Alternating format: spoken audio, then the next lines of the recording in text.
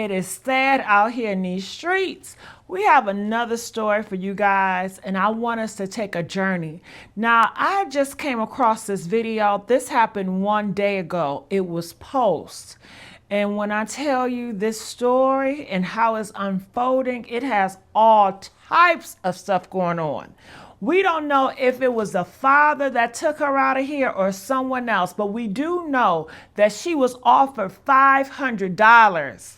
$500, and whatever it was lured her out, and we have not seen this girl ever since. 24-year-old woman, okay?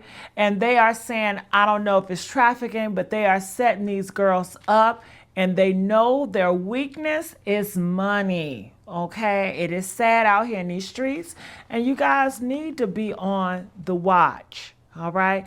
So I got this. I'll put the credits below, but it's titled, Only the Upper Part of Her Body Was Found After She Agreed to $500.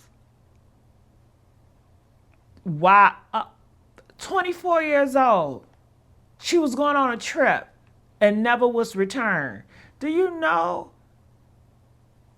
as a parent, honey, girl, let me just say this. I am GGXOXO. You are at the Messy Sweet Spot.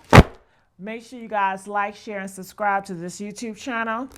And we're going to keep you updated on everything out here in these streets. So let's see what's going on, okay?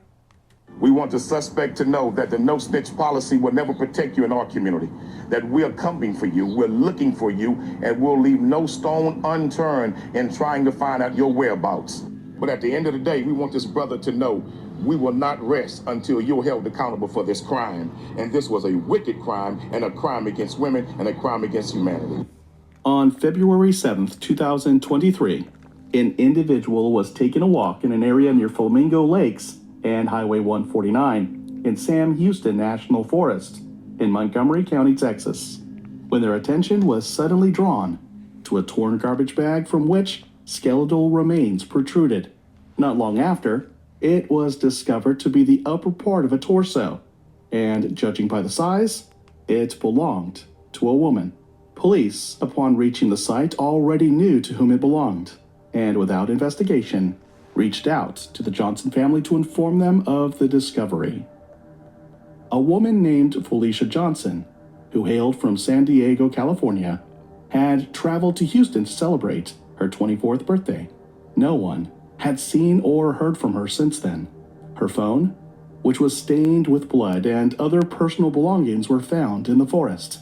But Felicia was still nowhere to be found, nor were there any clues. I'm sorry, but this just rings out, honey, it just rings out what happened to that girl when she went on her, remember the birthday out in Mexico, Cabo? You guys remember that?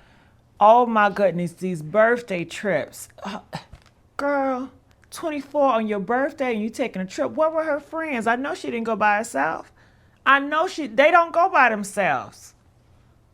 As to her whereabouts, born to Kevin Johnson and Felicia Lee Smith, Felicia Johnson was the eldest of 3 children, but her parents soon separated, causing Kevin, her father, to take up another wife named Myra, due to the heaviness of the task of taking care of 3 teenagers alone. Felicia was described as an exact copy of her father's mother, in appearance and character. They were both sweet, kind, smiley, and above all, beautiful enough to attract many male figures. While Felicia was still a teenager and later as an adult, she was aware of how good her looks were and how much financial relevance they could bring to her. So, she decided to make her personal looks her main focus. She carefully cared for her face and body to appear breathtaking in most photos. She had a dream and a vision of the kind of life she wanted, and was ready to make the necessary adjustments to achieve it. She was usually seen with long hair and fluffy lashes, mostly dancing as she aspired to realize her dream of modeling. Unfortunately for her, this dream didn't quite go as planned, and she wasn't able to realize it immediately, but she didn't give up hope. The Johnsons lived in San Diego, California, and Felicia had just celebrated her 24th birthday. However, she wanted more and wanted the celebration to continue, so she decided to treat herself to an exclusive trip to Houston. She spent a sizable amount of time preparing for this trip by getting beautiful stuff and taking a lot of outfits, with the goal that if she got to work in Houston, she might stay longer than expected. She had many plans for this journey, but things didn't quite go as planned, and little did she know that this journey would lead to something unimaginable.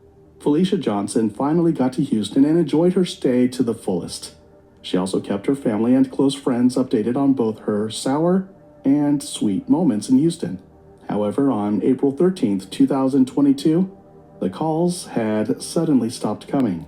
Worse still, Felicia Johnson had mysteriously stopped responding to messages, and most notably, her updates on social media ceased immediately.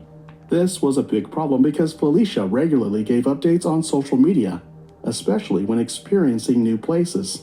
We took the liberty of exploring her social media accounts, especially her Instagram, and we discovered this information to be accurate. Felicia was one who posted at least a photo when exploring somewhere new, such as her trip to Houston. Another red flag was that Felicia's father was always anxious when she wasn't with him, and Felicia knew this, hence the constant updates. So she would never have deliberately stopped calling or responding to her father. 2 days had passed, and the family still had not heard from Felicia. A great fear grew in them, prompting them to hire a private investigator to try to track her. The investigator wasted no time tracking her cell phone all the way to a park called Bear Creek, a forest zone in Houston. The phone was found plastered with traces of blood lying on the roadside. This discovery confirmed the family's suspicion, and Kevin Johnson wasted no time in boarding a plane to Houston to search for his daughter. When Kevin got to Houston, his first stop was the Houston Police Department. While filing another missing person report, he didn't fail to slam the police department for their inadequacy and for taking the case so lightly, because Felicia was a girl of a different skin color. The police decided to act this time due to the escalation of the case. Their first point of call was Bear Creek Park because the phone was found in that location. It seemed like a dead end due to the overgrown trees and some impassable roads among the trees, leading in different directions. It was also unclear if the phone was thrown from a moving car, given it was found at the edge of the road. Another factor that made the search tedious was the decision by the police not to attract attention from the public, believing the perpetrator was a local resident and could somehow interfere with the investigation. The number of people sent to Bear Creek was insufficient for the job, and there was an air of little or no enthusiasm, because none of them expected to find anything, even though they hoped they were wrong. In the end, their assumptions were true, and it was a futile search. This defeat was very hard for the Johnsons to take, but they didn't give up. Kevin emphasized his desire to look for his daughter at all costs. He started by posting flyers and images of Felicia everywhere, including her description as Latina and dark-skinned with brown eyes, her height of 5'5", her weight of 68 kilograms, and her tattoo of butterflies and roses on her right shoulder. Locals who saw these flyers studied the information and became more vigilant. Search groups were also organized, and soon, the whole community, including the FBI, was searching for her. A social activist. It caught me off guard when they said Latina. You just never know, right? I was like, Latina. She's a black Latina, but by them pictures, I thought she was just a black girl, but you just never know. And new leader of the new Black Panther Nation, Quanell X, brought a point to public notice. In the last 5 months, 4 dark-skinned girls who had attempted meetups for money had all gone missing and were found dead because authorities usually delayed the investigation when initially reported. Due to the activists' speech given on April 20th, the police decided to intensify their search. However, the only new evidence found after all these efforts was her purse. The detectives decided to create a timeline of her events to track where she could have gone. They questioned her family and her friends, especially those she communicated with regularly. From the interrogation, the detectives discovered that she had attempted to get a job as an adult entertainer at a club called Cover Girls, located in the Northwest Park of Houston. Her application was rejected and immediately she left the club. She ordered a taxi, after which no one saw or heard from her again. The Johnson family and the social activists strongly believed that Felicia's disappearance was somehow related to the club and that they weren't revealing everything they knew about it. Regardless, Kevin kept his hope alive. He wanted to believe his daughter was alive and that she was only missing because she got into a difficult situation that was too tough for her. But he was still determined to find her no matter the cost. The detectives also assumed Felicia had been kidnapped, but that she was still alive. So they put together a program in which Kevin could go live and express how much his family missed her, and that they were frantically looking for her. They hoped that there was a TV or radio where Now this has to be before they found the half of her torso. Because in my mind, I'm like, we already know the torso, but this had to be before, so we going back. All right, do you guys think that club has something to do with it? It seemed like she was having a birthday trip and also a business trip where she wanted to be, she wanted to work in the adult industry, I guess being a stripper or one of those type of girls. You know, she wanted to go in that industry. she was held captive, and she would feel strong knowing she wasn't forgotten. I arrived here in Houston on April 16th, 2022, at which time I immediately began trying to find any leads in the disappearance of my daughter and seeking help from the Houston Police Department. Nevertheless, it took approximately 5 days before Houston PD would begin to investigate Felicia's disappearance. The Johnsons weren't sure the police weren't doing their job properly. All the progress made so far had been discovered by external bodies. Felicia's phone was found by the private detective. Her purse was found by a group of volunteers, and even now, it wasn't the police addressing the public, but Felicia's dad. Friends and well-wishers gathered near an administrative building in Houston, hoping to draw the mayor's attention. Kevin knew he was in a foreign city and that any progress in his situation would come from collaboration with the locals. He also knew the police had access to surveillance footage, but for some reason weren't showing it to the Johnsons, and Kevin was confused as to why. Although it wasn't entirely clear how successful the gathering was, it did attract the attention of Congresswoman Sheila Jackson Lee, who left no stone unturned in making sure the police took the case more seriously. The Congresswoman promised to obtain surveillance footage if any was available, claiming they had already done a poor job of hosting Felicia, who was a guest in their city. Kevin was curious to see the surveillance footage, thinking if he could have access to it, he might get an idea of what happened to his daughter. But things were a little more complicated than that. Initially, the management of the club denied any knowledge of Felicia coming to the club, but after some persuasion from the detectives, they agreed to having internal surveillance footage, which they were ready to give the detectives access to. The footage confirmed that Felicia actually inquired about the job, but was turned down. It also showed that immediately after being turned down, she went out to board a taxi. However, this was no new information, but it exonerated the club from any involvement in her disappearance. However, it turned out that the club wasn't the last place Felicia visited before her disappearance, and the police were about to make a major discovery in this case. On April 16, 2022 at about 3 a.m., she was said to have returned to the Houston Medical Center Hotel, where she was staying. The police were now able to track her timeline of events from this clue. Immediately after being rejected at the club, Felicia called a taxi that was delayed for some reason. She was offered a ride by an unknown man, and after a brief thought, she followed him. The man eventually dropped her at the hotel where she lodged. Before that day, she had previously posted an ad on an online escort service and had started getting replies. However, What?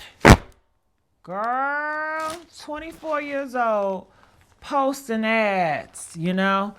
And we are hearing a lot of this. Biological women, transgender women, posting ads in that lifestyle that are getting underlive a lot. The number is so high when it comes to that type of work and dealing with those type of men.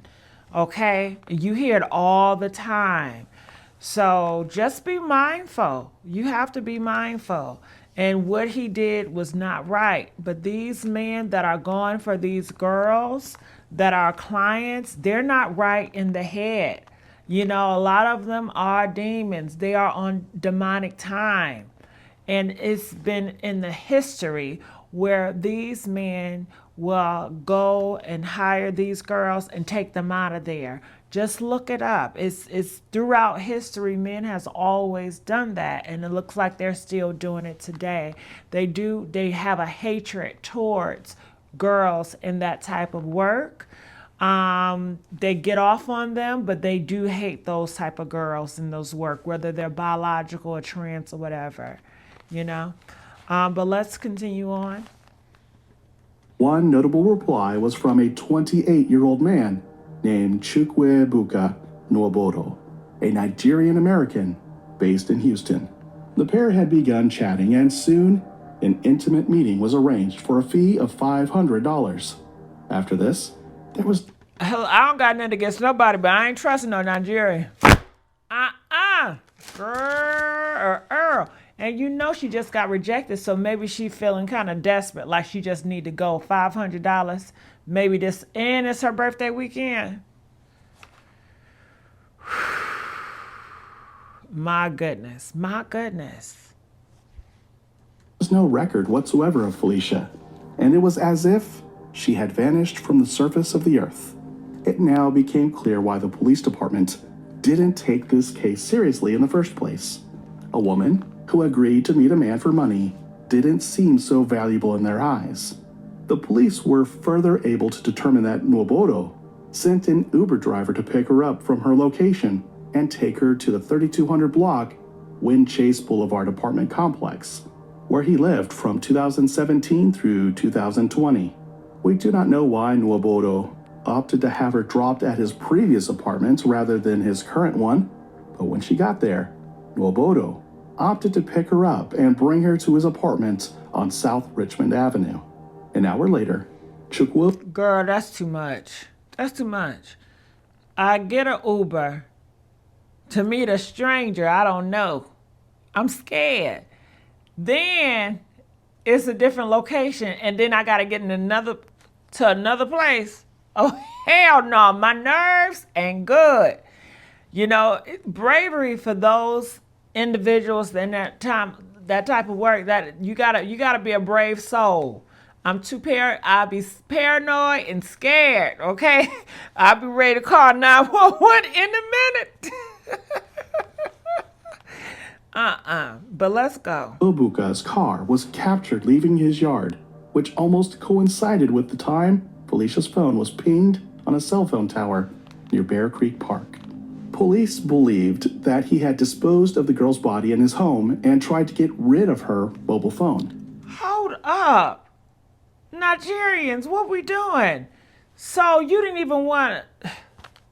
You just got a thing for taking women out of here. So Nigerians seem like they just got a thing just to taking people out of here, cutting up bodies. Demonic. This seemed like a heavy task for him, as judging by the fact that he was in a bandage. Felicia was perceived to have put up some resistance. On April 16th, Nwabodo was captured at a home goods store, buying garbage bags, gloves, a flashlight, a shovel, an electric kitchen saw, and a towel. On April 17th, he was seen going to a clinic over a cut he sustained. So it was clear that he didn't dispose of the body immediately, but only after he had dismembered it for easy transportation. Isn't it so awkward that we live in a world, we can go to Walmart and we can be next to people that have unalive people. We go to different places and we can be entertaining and talking to somebody that has got bodies, as they say. You know, it really happens. When the detectives found out Nwaboro was the one who ordered the taxi for her, he became the #1 suspect. The police tracked the search history on his phone, and what they found was astonishing. The search history on his phone included how to become a serial killer, can bleach destroy DNA, the most wooded part of Houston, how to get away with murder, and places to live for as low as $1,000. These searches showed that a premeditated killing had been carried out. However, what happened next was even more shocking. On May 13, 2022, the police were on a routine traffic check when they came across Chukwuebuka Nwaboro. He was arrested and interrogated immediately, but not for the reason we all thought he would be. He was detained for road-related charges, coupled with the fact that they found incriminating items in his possession, such as a pistol, latex gloves, a shovel, and dried bloodstains. However, he was still released in no time. The police claimed they didn't have enough evidence to detain him further. On the other hand, his mobile phone was seized, and a search warrant for his home was acquired. This was a total waste of time, as Nwaboro wasn't planning on going home anytime soon. He had disappeared into the shadows. Meanwhile, the police had begun searching his mobile phone and his apartment, and what they found would reveal the bitter truth behind this mysterious disappearance. A splatter of blood was found in the bedroom, and forensics took it for analysis, which revealed the most devastating truth about this story. The blood test was found to be Felicia's. With the magnitude of blood found on the floor, it was highly unlikely that Felicia would be alive. However, there was more. While investigators went through the phone, they were astonished to see pictures of several deceased females, one of which the body was dismembered. Although there was no evidence that it belonged to Felicia, but with what was later found in the Houston forest, the theory couldn't be ruled out. But the investigation was about to unveil even more. The investigators got a hold of material from a previous case in which Nwaboro was accused of forcibly trying to violate a woman. He tried to do it right in his car, but she managed to escape and hide from him, possibly the reason her life was spared. However, when the woman was brought forward for questioning, she claimed all she said was untrue and that she didn't want to press any charges. The reason for this was unknown, but one thing was for sure. Nwaboro had a history of attacking women, and he was the primary suspect in this case. But girl, why? You could have got him locked up and saved so many other lives. It was already too late, as Nwaboro had already disappeared into thin air. The detectives beat themselves up, claiming if they had been a little patient when they had him in custody. With these new findings, he would already be behind bars. On one hand, these findings were a major step forward in the investigation. On the other hand, it was a reality check for the Johnsons that they would never see their daughter again. A bounty of $5,000 was promised to anyone with useful information that would lead to the arrest of Nwaboro. But one thing remained. Felicia's body was not yet found, and her loved ones prayed it would soon be found so she could at least get a befitting burial.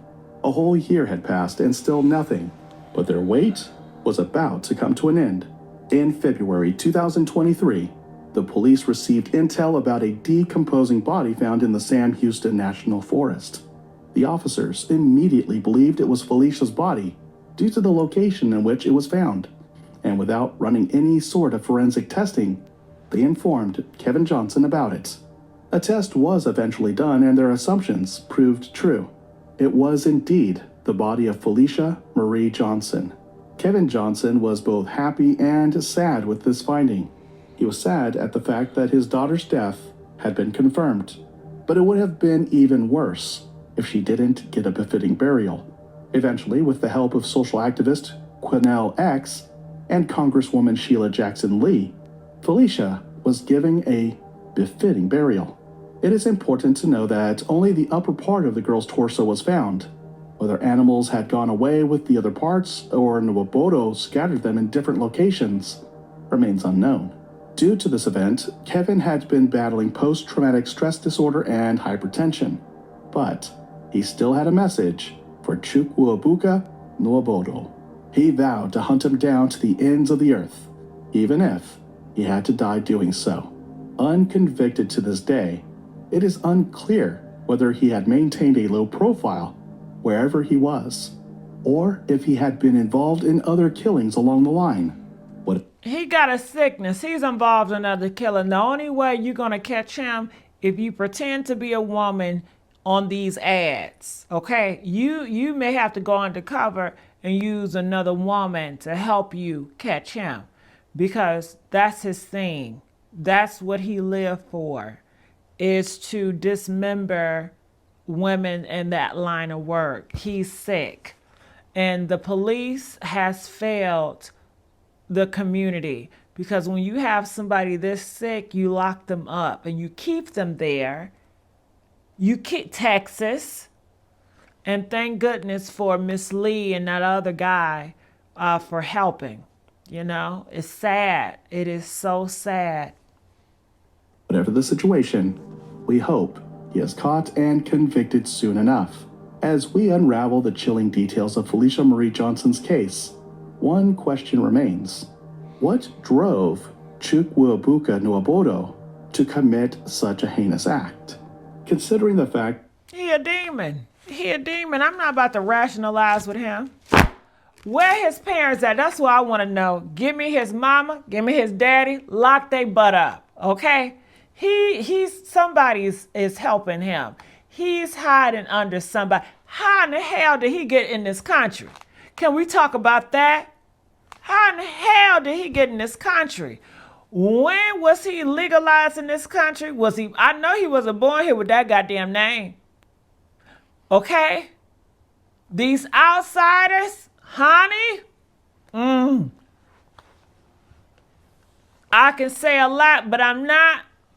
Comment, I want to know what you guys think about this. I am GGXOXO. You are watching The Messy Sweet Spot, and I hope that you have been informed. I hope that I have entertained you. I hope that you have been aware of what's going on in this world today. And I hope that you enjoyed this video. And I ask you to come back and see me again. We have more discussions to talk about. And I want you all to make sure you comment. I want you all to make sure you have subscribed so you don't miss a thing. These stories are going to continue to happen, and we have to keep our ears to the street. We have to keep our eyes open and our spiritual eyes open as well, have discernment, because these individuals, these monsters are roaming these streets, where our kids are, where our loved ones are, and we need to be aware. This girl, 24 years old, going to Texas for her birthday, should still be alive. Still should be alive. You know? I don't care. She was doing a service. Now, if you're serious about getting served, then you should be getting served. Not taking people out of here. That is a crime. And that is diabolical, and that's evil, and that's demonic. Okay? So, no, that don't sit right with me. Whoo-wee. I tell you, what a night that she had. She got rejected from the club to meet up with this guy because she posted the ad and just went on the wrong ad. If I was one of those working girls, I would have to have conversations with y'all. Before we go anywhere, before I go, I want to FaceTime you. Yeah, I'm going to have to FaceTime you, and I'm going to have to know your location. I'm going to have to know your name. I might screenshot the FaceTime for my safety. And I'm going to have a few text messages. I'm going to say, hey, how you doing? I won't say what I'm coming to do, I might ask you some freaky questions, to see if you really in the mood, or try to fill you out. But honey, I would have to get to know this man before. If I was one of those working girls, I'm going to have to get to know. And I'm going to reject a lot of mother suckers. I'm very picky. I don't give a damn how much he offered me. If I don't like his ass, or he's asking me to do something that that's not my values, that's not my morals, I'm not going to do it, you know? Honey, ooh-wee, how that man did. First of all, he's Nigerian. I don't got nothing against Nigerians, but I would say no thank you. I would have said no thank you. I said no thank you. Hell no. Like I said, I don't got nothing against him, but I would say no thank you. Okay? I would say, well, where you from? What part? How long you been here? Okay? I would say, who you voting for? I would just ask random shit. He probably wouldn't even want to hire me because you know. But I'm going to get on out of here. I love you guys. I enjoy you guys. And I will see you guys on another upload, okay? Bye. I'm going to dish you right now. I'm going to dish you right now. I'm going to dish you right now. I'm going to dish you right now.